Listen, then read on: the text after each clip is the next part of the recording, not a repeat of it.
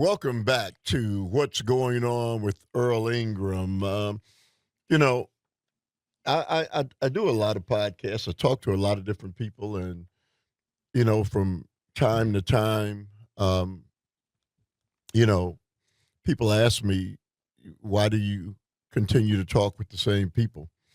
My guest, Dr. Robert Kraig, Executive Director of Citizen Action, is probably the longest standing person that I have spent time with over these airwaves, and I don't know if there's anybody as insightful as Dr. Robert Kraig again, and so whenever I'm on these airwaves, I feel like I'm lost if I don't include Dr. Robert Kraig, Executive Director of Citizen Action, in these conversations. And so it's with that backdrop that I welcome back Dr. Kraig, who is a political scientist and, all around good guy. So it is so good to have you back, Dr. Kraig. How are you doing, my friend? I like to say I'm doing well under the circumstances. The circumstances are rough, but I'm doing personally fine. Dr. Kraig, I was on BBC yesterday, BBC television, and given an opportunity to have a conversation and dialogue with them. And they call and they ask me, um, what are the conversations like in Wisconsin as it relates to really what's taking place, Dr. Kraig, which is some of us could have projected that what is taking place with the leadership of the current president of the United States. But I don't know if any of us, Dr. Kraig, thought that it would go this far. Your thoughts on, or let me, before I go there, and I said to them, it all depends on who you're talking to, because if you're talking to the average American citizen, Wisconsinite, who struggles, Dr. Kraig, to put food on the table, who struggles to keep a roof over their loved ones' heads, who struggles to get health care, they can't understand with the gas prices now, another arrow in the quiver that is causing tremendous pain. I was looking yesterday at families who have babies. The diapers are causing them tremendous pain. The cost of those things, baby formula. And Dr. Kraig, you mix all those things together and you ask them their thoughts about what's taking place in the Middle East, and they would all say to you, this didn't have to happen, and it's going to take away from my already struggles that I'm dealing with, and that my government can't do anything to help me. It's hurting me. You say what? Well, I'm certainly not going to say what Donald Trump is saying, that this is all worth it. And by the way, the struggle to afford things is not just a temporary thing that came out of the pandemic. This has to do with the transfer of wealth over the last half century, where the richest have gotten richer and richer and taken most of the economic benefits, and tax policy like the Trump's tax cuts have only added to that. And therefore, people are making less money than they should, and things are costing more than they should because we've allowed huge monopolies to grow that have pricing power. And so that's why your prices are so high for utilities within the Milwaukee area, WeEnergies and the other for-profit utilities, with your big insurance companies, your big hospital chains, your big fossil fuel companies, you name it, big tech, right? Everything. And so what people need, they need an overall reappraisal of how we govern in this country, because democracy has stopped delivering for people. So the crisis in democracy is both Trump's attack on it, but it's also the situation they even made that possible. Because some people have just gotten so mad that they're vulnerable to right-wing demagogues who say they're going to shake up the system, but are going to make it worse, but at least seem to be talking about big change and talking about powers that are hurting people. And then a lot of people in Milwaukee who just wash their hands of this system. It makes no difference. It makes no difference who's a state senator, who's governor, who's president. My life, my family's life, my community life doesn't change. It just keeps getting gradually worse. And so why should I participate? And democracy isn't just some commitment to procedures like, oh, we have elections and we have checks and balances. It's a system that has to actually work as a form of government. And one of the ways it stops working is when it becomes highly corrupt. And as the one place where MAGA is correct, except they're lying about wanting to do anything about it, they want to make it more corrupt, right? But when they say there's a lot of corruption, that people aren't on your side, that they're against you and taking things away from you, that's true. But then they're turning that to support an authoritarian system that makes all of that much worse. So I would say to them that an authoritarian declaring war for no good reason, with no real plan for how it was going to be executed and how we were going to get out, right? Complete miscalculations. Doesn't seem to understand that there's this thing called the Straits of Hormuz, Earl, where a fifth of all oil travels, and it's very narrow and small. I've known since I was an undergraduate international relations major that you can't have a big war with Iran because it'll close the Straits of Hormuz, because you don't need a lot of military power to do that. In fact, you can, even if Trump is able to destroy all the ships that would drop mines, drones can drop mines. This is called asymmetrical warfare. And the silliness of it is, because we've spent a lot of money on the fanciest, biggest, most expensive high-tech military in the history of humanity, Earl, right? We're paying $1 million per interceptor, which is disposable, to take down drones that cost a couple $1,000s. We can't afford it, but made a lot of profit for people, but you can't afford that kind of high-priced military where your solution costs you so much compared to how little it costs to produce the weapon that you're trying to guard against.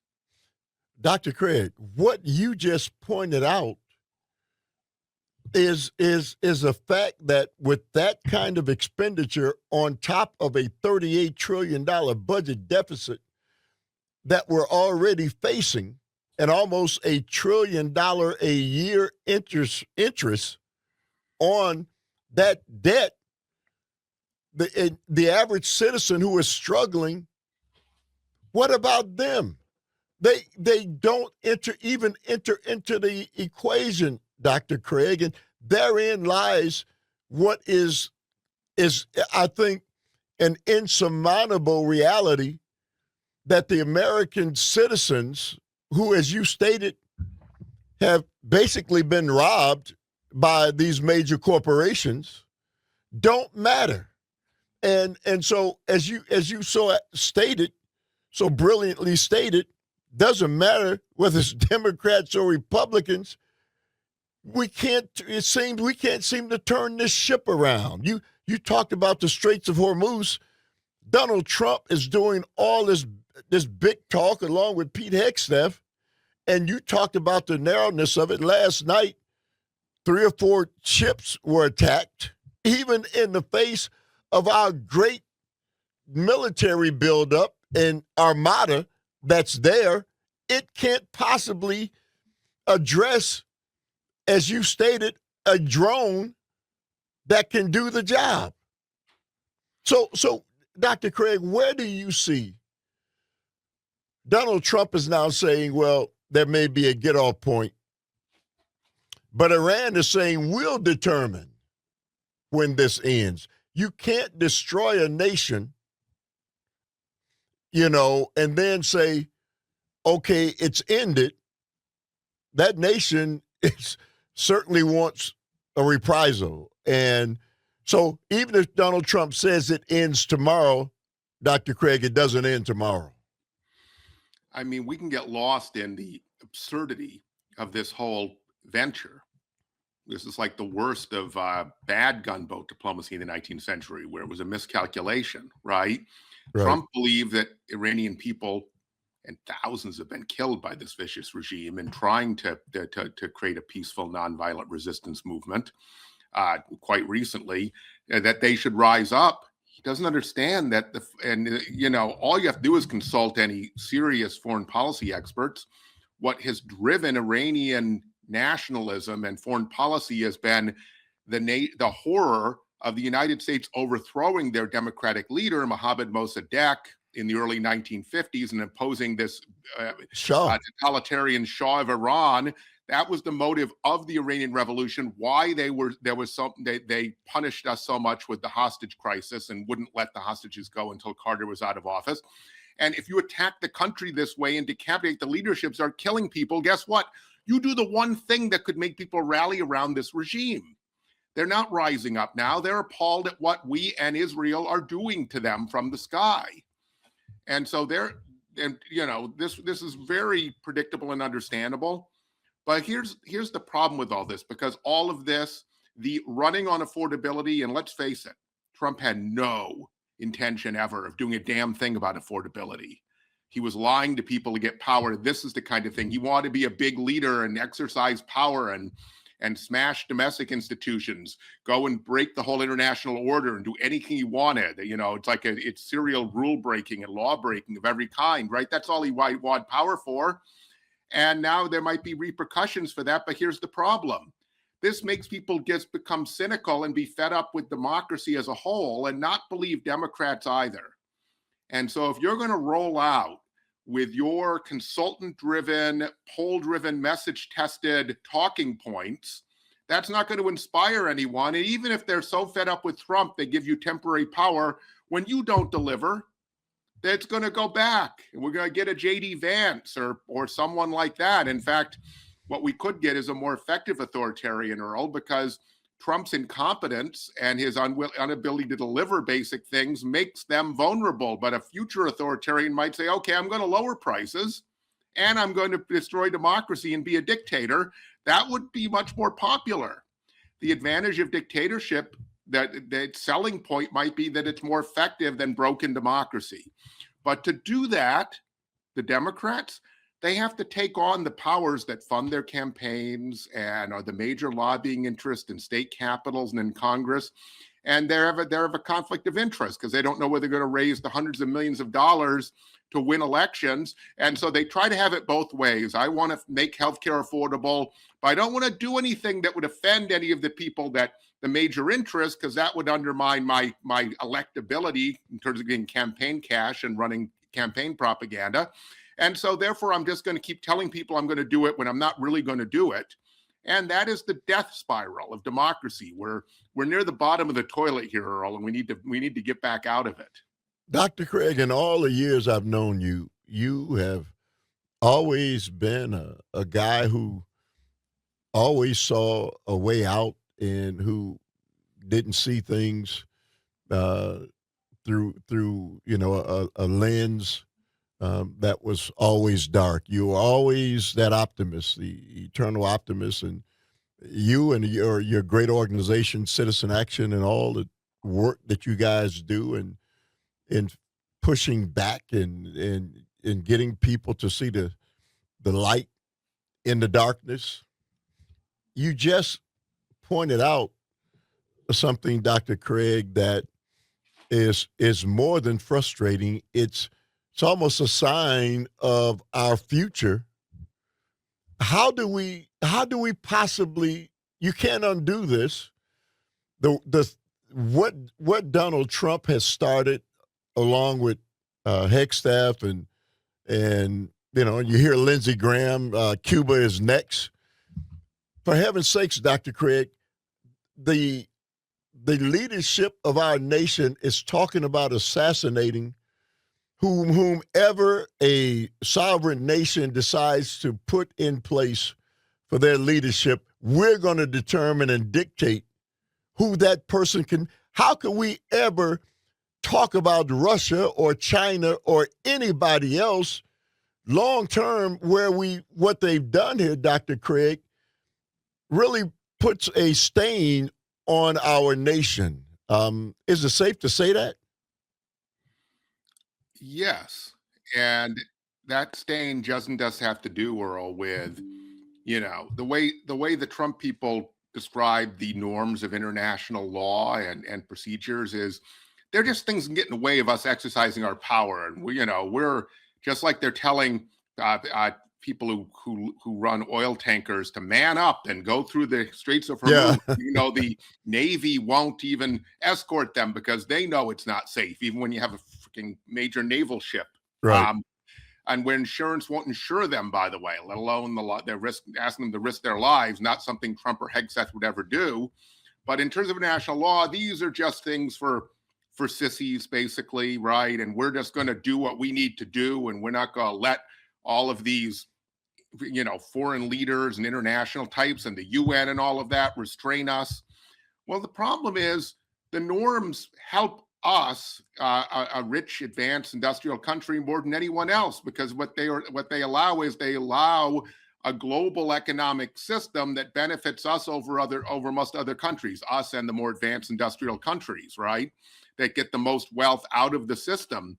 And so this breaks it down. So this is a killing of the golden goose, right? I mean, how can we complain about assassinating foreign leaders? If we feel free to just take out foreign leaders, right? And how does that protect our leaders from terrorist assassination or from a state actor like Russia or China, right? The whole case of why Russia should not have invaded Ukraine is out the window because we've been ignoring sovereignty altogether, and that sets up a situation where China may be more empowered to say, well, we can go conquer Taiwan, right? Because the United States and Russia have shown that the bigger country can go and just attack and take over the lesser one, not to mention Greenland and all of that. This all makes us less safe, and it destroys the basis for shared world prosperity. Dr. Kraig, that this has destabilized the world. And I was listening to the president on the other day, and he was bragging. We don't have any problem with oil. We got all this oil coming from Venezuela, and hundreds of thousands of barrels of oil, and we're doing fine. Dr. Kraig, it's the rest. Japan, 70% of their oil comes through the Straits, right? England, I think, is 40 to 50 to 60% of their oil comes through the Straits. China, 60% comes through the Straits. This is major. South Korea, 60% of their oil comes through the Straits. So you can't, brag that, okay, well, we don't, we have Venezuela. We've got the largest oil reserves in the world and more than almost all the rest of them combined. So we're doing fine in America. Dr. Kraig, he fails to see that impacting the rest of the world, this America First belief, since Dr. Kraig, we only make up 4% of the global population. And I've said this long ago, to say that America first and we thumb the rest of the world, if you only make up 4% of the global population, Dr. Kraig, the other 96% of the world, you're not going to win. It doesn't matter how much military might you have. And this is probably one of the major problems we're dealing with this. We're going to protect America first. And guess what? He's not talking about all of us, Dr. Kraig. He's talking about 25% of those who have the wealth. The rest of us, they're not concerned about. That's right. And that needs to be clear, but there also needs to be a clear alternative for people where someone does and someone will act, right? Right. The way Franklin Delano Roosevelt saved democracy was proving it could work and proving you could take on the big, what he called economic royalists and help average people. In fact, I just today, I published in the Wisconsin Examiner a major article called The Affordability Trap and the Fight for Democracy that lays out what we have to do and what the situation is. But it's kind of like there's a de-evolution here, right? In other words, very conservative leaders at least had some intellectual pretense to what they were saying, like a Ronald Reagan, right? Even a George W. Bush. I mean, if Trump is touted, and too many people believe he knows the economy because he's a businessman. Right. He's a trust fund baby that has been a horrible businessman all along and has mostly just become a celebrity brand. But he doesn't seem to understand that oil is a commodity, Earl. What that means is if you reduce the supply, it doesn't matter how much of it you have in your country. It's not yours. It's not nationalized, right? Then it's going to raise the price. So it wouldn't matter if there was a disruption in the corn supply. If you lived in the rural area that had lots of corn, guess what? The corn producers are going to raise the price up to the international level because that's what it's now worth. Just like Trump does with his hotels or his resorts, right? He charges what the market will bear. So we don't own all this extra oil in the United States. And by the way, it takes years to start production. At least you could grow more corn within one season, right?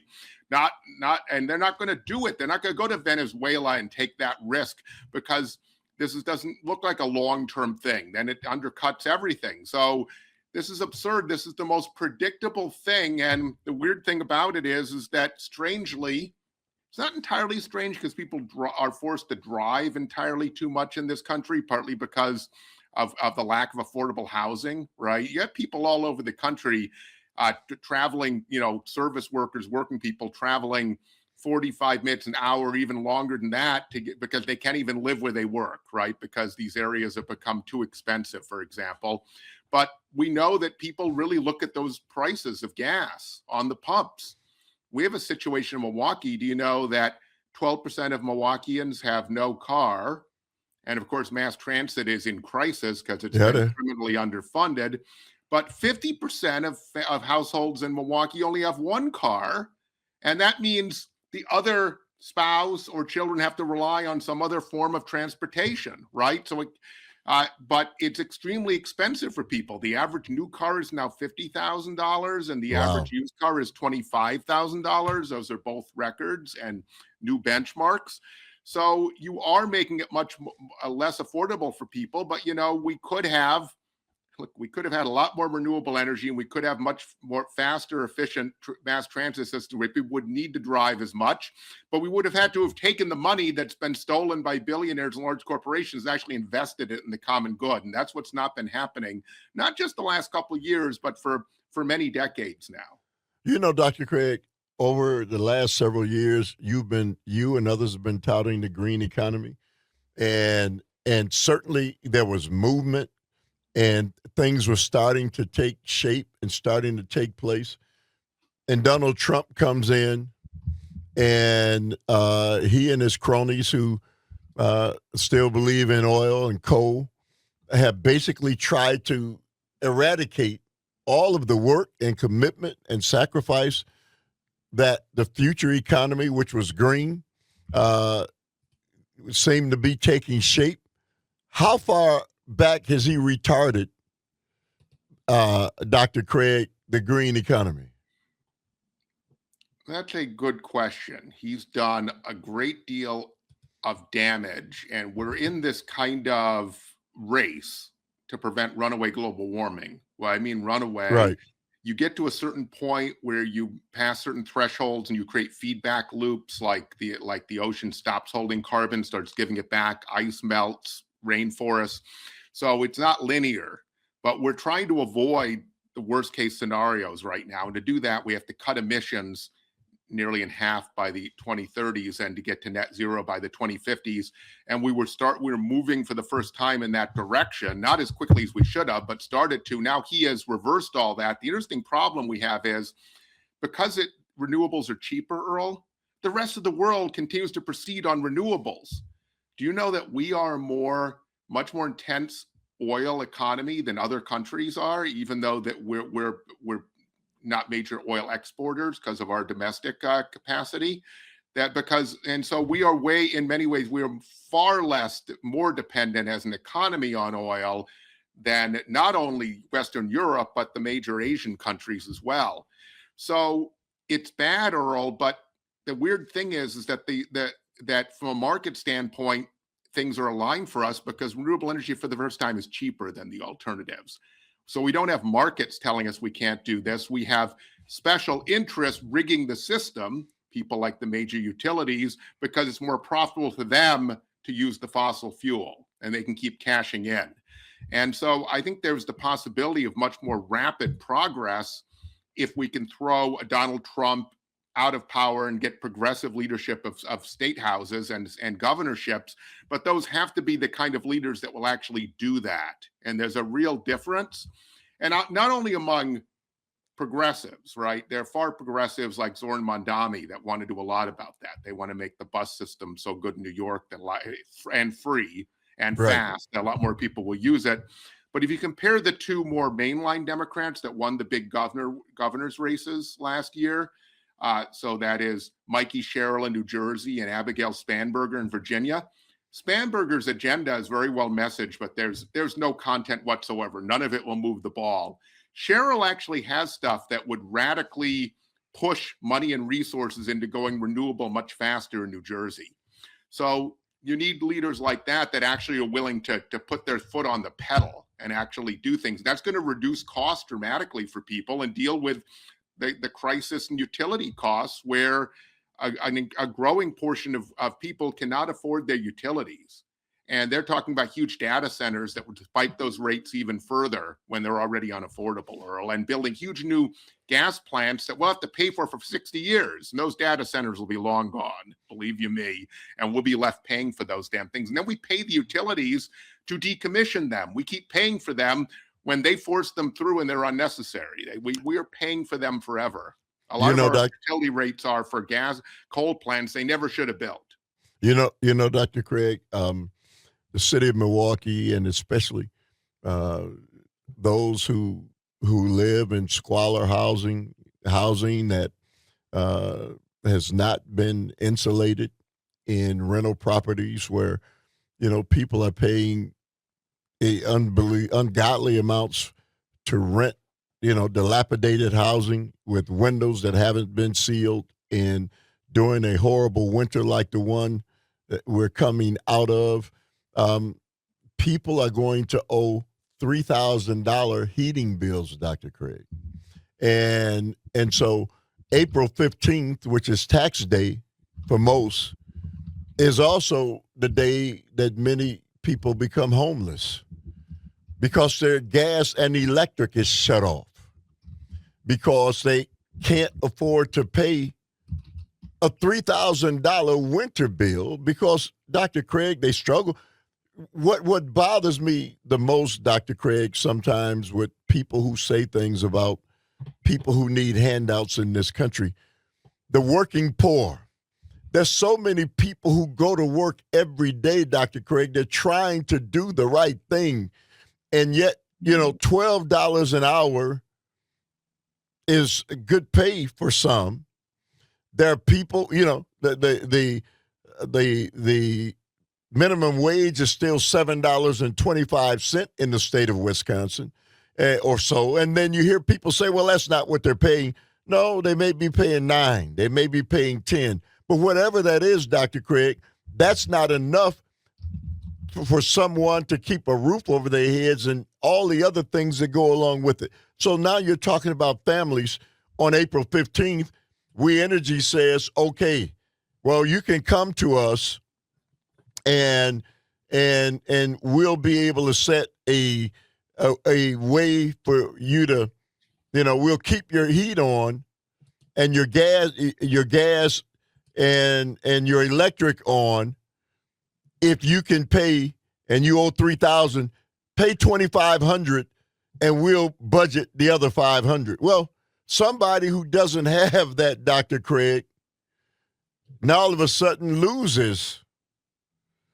They're done. The electric and gas is shut off. So I don't know, Dr. Kraig, maybe back in the days before electricity and gas was so important, people could live without those things. But if you don't have gas and electricity and you're living in a place, that means no warm water. That means no lighting. That means no electricity, meaning no stove, no refrigerator.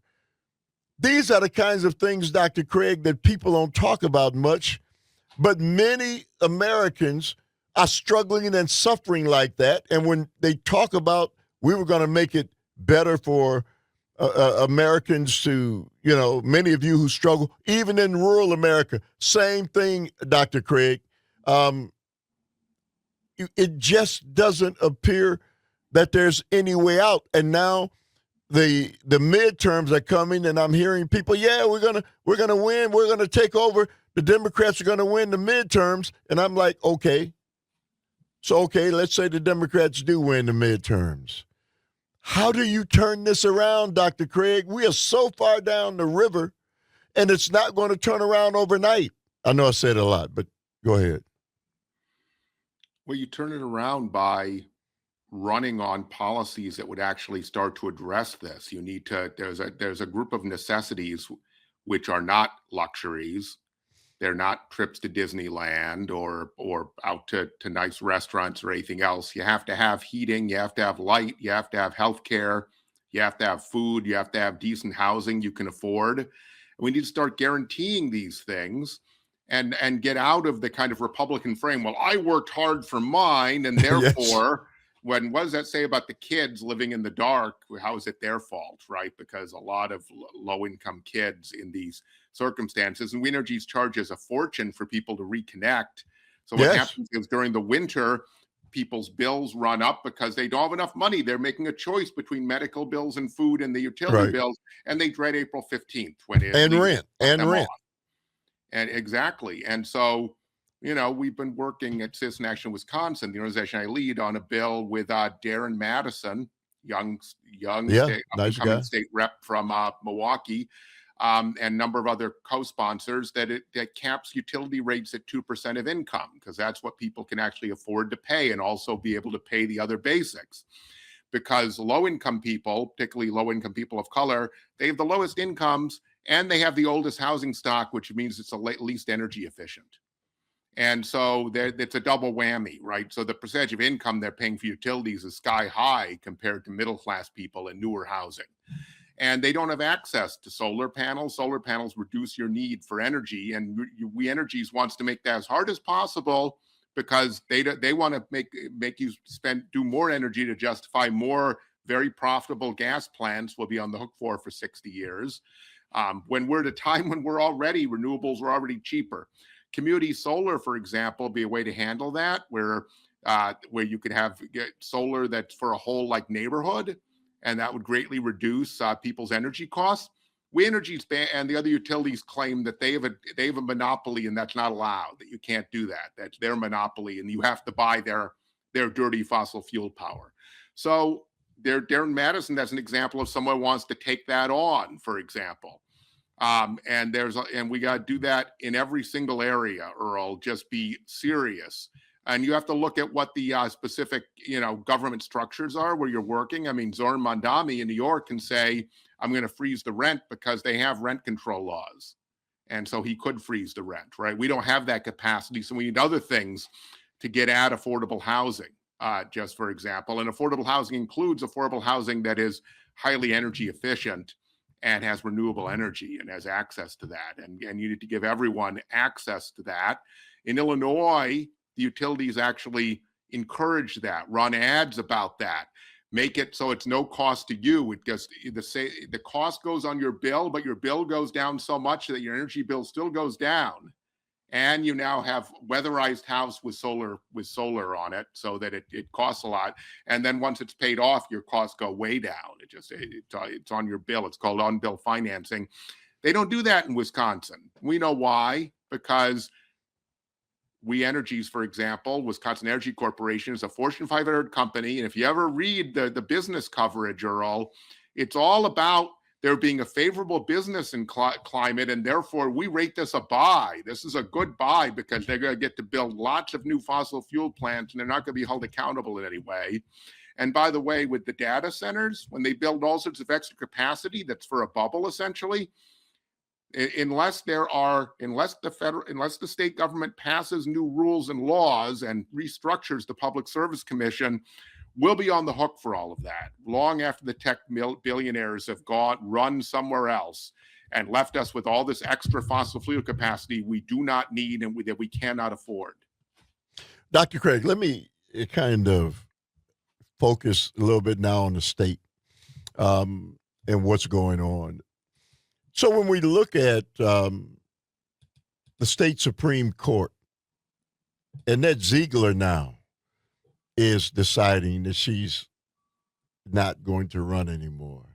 There's a good chance that the Democrats will wind up, Dr. Kraig, in the exact opposite situation that they were in 4 or 5 years ago, where they only held a couple seats and the Republicans were in total control. What are your thoughts about the fact that now for all the world, it looks like the Democrats are going to have a strong majority of the state Supreme Court seats? And the reason I'm asking that question, if you couple that, let's say a Democrat maintains control of the state gubernatorialship, could we see some major shifts and changes in the state that we have long awaited? Can we kind of see Wisconsin moving in a completely different direction that focuses on some of the things that we're talking about now? It's possible, but it depends on us. It won't naturally happen. And I know we got a late start, Earl. I have to go pretty soon. Yeah. Conflict. But I was going to say that on Supreme Court, right, we had right-wing justices that were rewriting the laws. They rewrote the laws to keep Scott Walker out of jail when he flagrantly violated campaign finance laws in a way that I would have always thought would have sent anyone to jail, and would have, unless you say that you simply invalidate the laws. What it looks like there's going to be a Democratic majority in the Supreme Court for some time. That Chris Taylor certainly seems like she's going to win at this recording. And then there's another incumbent Republican stepping down next year, that's Ziegler, which is another opportunity. But when you have Democratic aligned judges, it doesn't mean they rule in your favor. It means they actually rule fairly on the law. So it does not guarantee a new progressive, kind of utopia, because they're not interventionary the way right-wing judges are. And I know some people want to say, oh, both sides do it. Both right. It's just not the case. These are real lawyers, and I don't know if this Supreme Court will invalidate Act 10 or not. I don't know if it'll redistrict a gerrymandered congressional map system or not. We don't know. It could, it might not. It's going to look at the law. And that was not true of right-wing judges. Hagedorn's a little better than most of them, but the others, my Lord. It's kind of surprising given Hagedorn's background. But as far as, I'll give him credit, he's at least that he's conservative, and he doesn't always do the right thing, but he does seem to actually be tethered to the law in some way, in some cases. Now, we need very much, and this is what the article I just wrote for the Wisconsin Examiner talks about, we need a candidate for governor that will run on a affordability program that they're serious about, that will democratize power and start to actually raise wages. There's a $20 minimum wage bill that's in the legislature now. That's critical. That would be huge, and actually gets a hold of monopoly pricing and all the areas we've talked about. But they have cross pressures, and their consultants tell them, be careful, don't make commitments, just say affordability, affordability, affordability, and have some strong messaging, but no real program that might offend anyone, any major interest that might also give you money. And so there needs to be public pressure, both joining groups like the group I lead, Citizen Action Wisconsin, or doing it individually as well, and pushing these candidates to take definite decisions. What is your healthcare plan? How will it actually make things affordable when they're not affordable for me now? Ask those kind of questions. And same with legislative candidates, because we did have a trifecta. That is, we had Democrat control of both houses of the legislature and the governor back from 2009 to 2011, and very little happened. And in fact, they were so careful, they weren't unified on major actions. Very little was accomplished. That would be a disaster. That would set us up for a boomerang effect and potentially more effective authoritarian. But this has to do with people. They need to hear this from people in organized groups and individuals, going to gubernatorial forums. If there's a competitive legislative race, if in your district, they come to your door, really pressing them. And don't settle for talking points. Don't settle for messaging. Settle for concrete things and ask them, Ask them what the cause of the healthcare cost crisis is. If they're not willing to say that's because hospitals, insurance companies, and big pharmaceutical companies charge too much because they can get away with it, then they're not serious about dealing with the problem. This is not some sort of academic problem. We're trying to figure out what went wrong in healthcare, right? It's very clear what went wrong in healthcare. We have the most expensive system in the world. It's unaffordable. And it's not universal because we gave big private interests the power to set the price. It's very simple, Earl. So you have to take that power away. Dr. Kraig, I want to thank you, man, from the depths of my heart. Always great to hear your wisdom and passion and knowledge on issues. You explained it in a manner that the average person can understand. So thank you as always for being a part of this, and we will reconnect on next Wednesday. And Earl, thanks for everything you do and your role in creating a diverse and interesting media environment here in Wisconsin. That's a key part of democracy as well. So keep on doing it, Earl. All right, Dr. Kraig, we'll see you later, my friend. Thank you, guys. That's a wrap on what's going on with Earl Ingram.